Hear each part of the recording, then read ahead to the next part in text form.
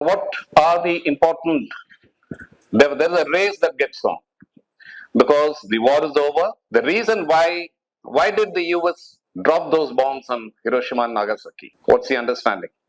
No? The World War is over, right? The British Empire is collapsed.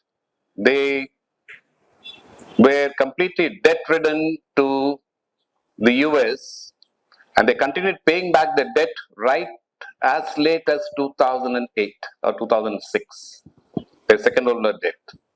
Right? The British empires collapsed because of financial insolvency ultimately. Strategic overstretch and financial insolvency. British Empire collapsed. Right? So at the end of the Second World War, the whole of Europe was demolished.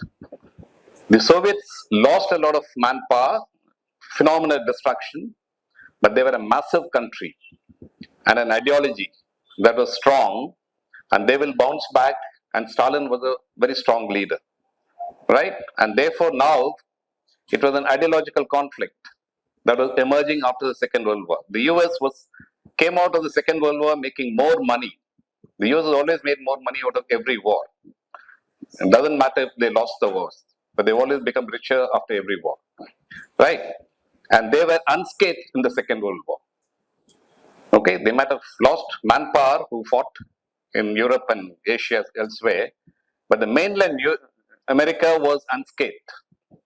Okay, nothing was affected there. And the industrial production was phenomenal. Now, I mean, at the end of the Second World War in 1945, there were a very strong economic and technological power and a political power. And the whole of Europe depended on American largesse to rebuild themselves. That's one. But the challenge was the emerging challenge of a massive military machine in the USSR, right? And an ideological conflict. So the US wanted to send a clear message to the rest of the world who has the most advanced weapons that nobody else has, and don't take a chance with us, right? That's one. Second, both the Russians or the Soviets and the Americans were racing to occupy Japan. And they had to beat the Americans to occupy Japan. And that's the second reason. Third is, although they've done the Trinity test, they want a proof of the pudding. And Western way of war doesn't, despite all the humanitarian concerns and claims, they've killed more people than anybody in the history. They would want to demonstrate that as well. So that's a demonstration that happened there. Okay? It's a very hardcore classical realism that's in play. Okay? And that is why they dropped. The Japanese had already lost the war. They were defeated. And it was only a matter of time the normal conventional forces could have gone and occupied Japan. The loss of life would have been much lesser. Okay, so the logic that the Americans gave, a lot of American scholars have now researched that and they've brought back articles available. Read that. Okay, so Hiroshima and Nagasaki happened on 6th and 9th of August, is a defining moment in terms of military power demonstration and in terms of power projection as well. Okay, and this is what is going to characterize the emerging Cold War over the next 50 years, or rest of the world, or of the 20th century as well. Having seen the destruction, the UN, which is very young, just created in 1945. Straight away in January, they said we should abolish the nuclear weapon. Right, without the Security Council agreeing to it, that wasn't going to happen. But the others followed quickly because nobody can live with one single nuclear weapon state dominating and imposing their hegemony on everybody. So the USSR quickly exploded their nuclear weapon in 1949. The UK, that's an interesting story. When the Manhattan Project was created, initially a lot of research was done in UK. As the Germans were doing, so were the British. But now the Americans, British and the Canadians all got together. We will put since war is happening in Europe, they said let the experiment take place in the US and US will be in charge of it. So they all gave their research results to the US, saying that the US will share the final results back with UK and France. That didn't happen. US refused to share the results with them. So there's a lot of espionage things that happened within those friends as well. And UK was the first to follow on the Western side in 1952, because you can't be, the unwritten norm that emerged over the next 3 decades is that you have to be a nuclear weapon state to be a permanent member, an effective permanent member in the Security Council. Okay, so the UK was not going to stop Nor would France. UK went nuclear in 1952, and then the Americans followed up with the hydrogen bomb in 1952, in the same year, a few months later. In 54, the Americans did the massive thermonuclear weapon test called BRA test. It's 17 megatons. Hiroshima, the bomb that was dropped was about 9 kilotons. What does that mean to you? You should know this. Simple, 9 kilotons or 9,000 tons of TNT. If you had dropped explosives that contain 9,000 tons of TNT, that is the damage this bomb will create. Similarly, Nagasaki was 16 kilotons. That is 14,000, right? But imagine a 17 megaton. 1 megaton is 1,000 kilotons, right? So 17 megatons is 17,000 kilotons of, so that goes into lakhs of tons of TNT equivalent, right? So that is they test that in the Pacific Ocean. And in 1960, France goes nuclear. And then in 1961, the largest nuclear test that was done till today is by USSR. And that is 58 megatons. Okay? And they did it north of short of Arctic. They did it in the northern USSR. And you can imagine the massive impact it would have had. But it was an atmospheric test, and therefore it also proved something known as the electromagnetic pulse impact. What is an electromagnetic pulse impact that you'll have? If somebody drops a bomb over Chennai and it explodes at, let's say, 15,000 feet altitude, okay, even a smaller bomb like the Hiroshima one, 9 kilotons, and if it explodes at 10,000 feet, what will happen? That's actually what happened in Hiroshima as well. That's what will happen. Everything will get burnt. And second is the electromagnetic pulse will destroy your electricals completely. Okay, so it will just break off your radars. You'll break off your electricals completely. All your systems that work on hardened. So today, when people design for the military requirements, one of the requirements we impose is EMP hardening, electromagnetic pulse hardening. That means it should be able to survive some strong explosive environment which will generate a lot of magnetic pulse, right, to destroy that. 1961 test, and between 1961 and 63, which bans nuclear weapons in space. But these guys did that, both the Soviets and the Americans. They did about 10 odd tests in space between 1960 and 1963. In one of those tests, which the US did, it just blanked off the electricals from New Zealand down to Southeast Asia. The entire Pacific islands and everything. Okay, got knocked off. Okay, so thereafter, both sides said this is true. And all their satellites that were now just about coming in, the beginning of satellite age and space age, they were all, immobilized. And sure enough, they all said, okay, let's stop this and we will. So they go into a partial test ban treaty, which I'll come to it later. But along with this, as the nuclear weapon capabilities are peaking, you had the Cuban crisis. We almost went to war, nuclear war. That's one of the occasions where the world was on the precipice of a nuclear war. It was well handled by Khrushchev and the Kennedy brothers, and they managed to pull back. There was there is a submarine that came very close, and he had lost communication with the Soviet mainland. And by their rules, now because the American ships were above him, and by their rules beyond a certain stage, the captain was well within his rights to launch a nuclear weapon. But this is not just one submarine, it is a group of 4 submarines. So the commander was insisting on launching, not the commander, the group commander, the political guy. And the commander of the submarine, he prevailed, he said, I'm not doing it. He surfaced, then of course they took him in as a prisoner. Now that submarine is in San Diego, on the bay, it is there, people can go and see that. But that is the kind of a close situation we were in the Cuban crisis. In 1964, China went nuclear. Mao Zedong, right from the beginning, called nuclear weapons as a paper tiger. But that paper tiger was required to ensure that China's survivability was guaranteed. So they didn't stop at anything, they went nuclear in 1964. Right? On 18th of May, 1974, you all heard the term Buddha smiles, correct? We went nuclear. We did a lot of hoodwinking calling it peaceful nuclear test. It is a nuclear weapon test, that's it, right? So you proved your capability. But thereafter, we went to sleep for next 24 years. Okay. In 79, off the Cape of Good Hope, there was a nuclear test done. The flash was picked up. Now it is extremely well confirmed that Israel and South Africa collaborated. South Africa was an apartheid state, right? Both needed their guarantee. Israel is equally an apartheid state as well, right? And so in 79, they did a joint nuclear test. Israel today has about 200 nuclear weapons, including thermonuclear weapons for a small country. In May 1998, then we, pulled out our, reversed our stand. We went explicitly doing our nuclear test, declared ourselves a nuclear weapon state, and Pakistan followed immediately. But Pakistan went nuclear in 1989. There's a story behind that. I'll tell you that later. Okay, but that, just like what the Israelis and South Africans did, their test was done by the Chinese in Lucknow using their third test weapon design. North Korea went nuclear in 2006. So these are the developments of all countries that have gone nuclear explicitly, right? They all have nuclear weapons, and the world is very clear about that. But rest of the world kept fighting to get sense back into the people, saying that you must abolish nuclear weapons. Starts off with Bertrand Russell and Einstein's manifesto in 1955.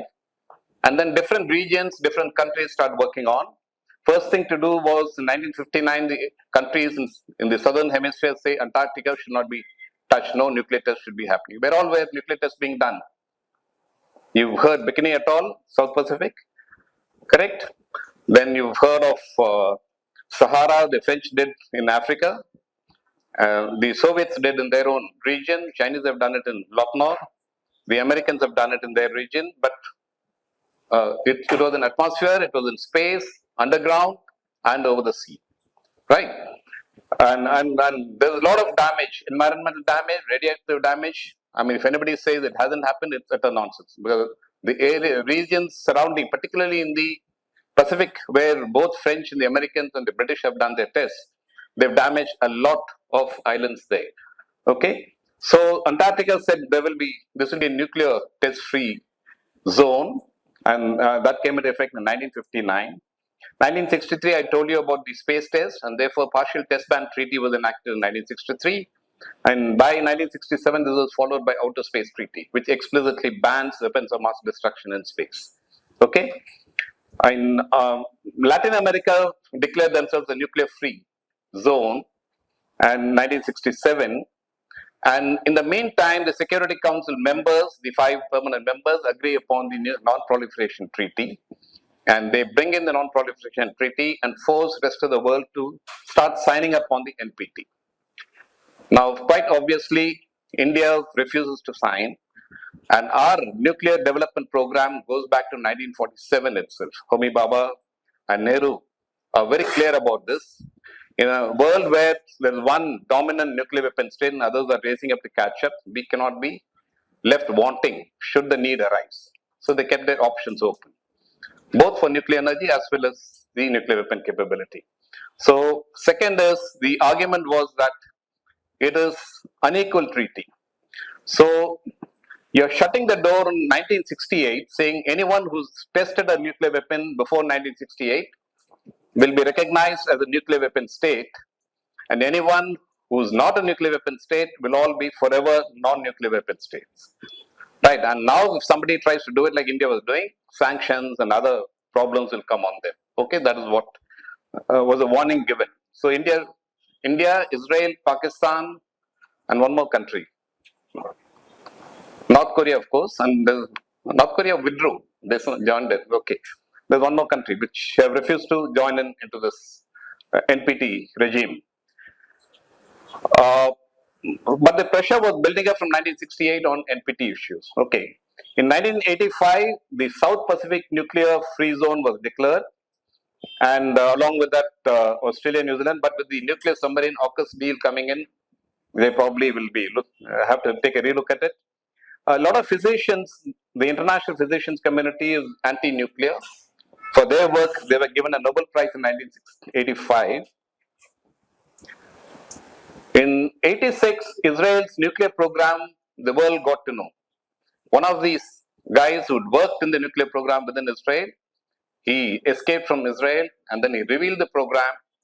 And 2 years later, the Mossad had got hold of him, brought him back. He's in jail, even now in Israel. Okay, but the cat was out of the bag, right? So Israel is a nuclear weapon state. Everybody knows about that. Okay, in '86, USA and USSR. So now, from looking at nuclear weapons as a weapon of war, the US military was fully convinced that it was a weapon of war. They wanted to use it in the Korean War, they wanted to drop it on Vietnam, they wanted to drop it on a few other countries. Okay, but better sense prevailed at the political leadership, and therefore, and a lot of scholars like Bernard Brody and Herman Kahn and all these people brought in a lot more sense into the whole process. And therefore, what you see is from 1945 or let's say 1949 onwards, when two major powers are nuclear weapon states, the nuclear doctrines, deterrence theories start maturing, start developing. And that's an indication when you now see the two sides saying that let's talk, because we have too many nuclear weapons, too much of a danger to the earth and humanity, and let's start talking about reducing things. Correct? That's when the talks start, 1986. By 1987, a treaty comes into existence called INF Treaty, Intermediate Nuclear Forces Treaty, right?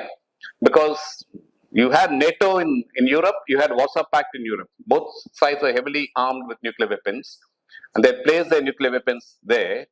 And therefore, they said, first, to denuclearize, you can't do it completely, but first you can remove all these nuclear weapons that are in the range of 300 miles to 3,400 miles capability. So, IRBM, the 3,400 come into what's known as intermediate range ballistic missile, and then you have other tactical nuclear weapons and others. So, all that was eliminated by this treaty, and this treaty held strong for nearly 30 years or 20 years plus. Correct?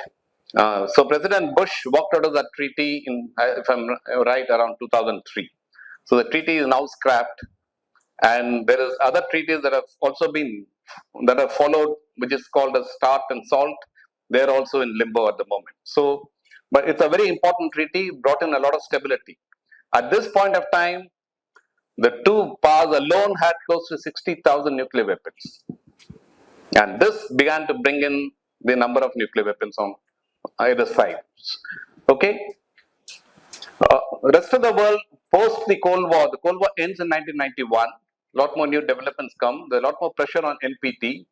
The NPT extensions, they want to now make it permanent, and therefore there's a race to actually do something. So our nuclear explosion in 1998 is a consequence of that development that was going in towards making NPT UN recognized and then bring it compulsory for everybody. Right. So South Africa joins in NPT because that's the apartheid regime had fallen. Mandela had come in and he said whole of Africa should be nuclear free. Right. They're working on that.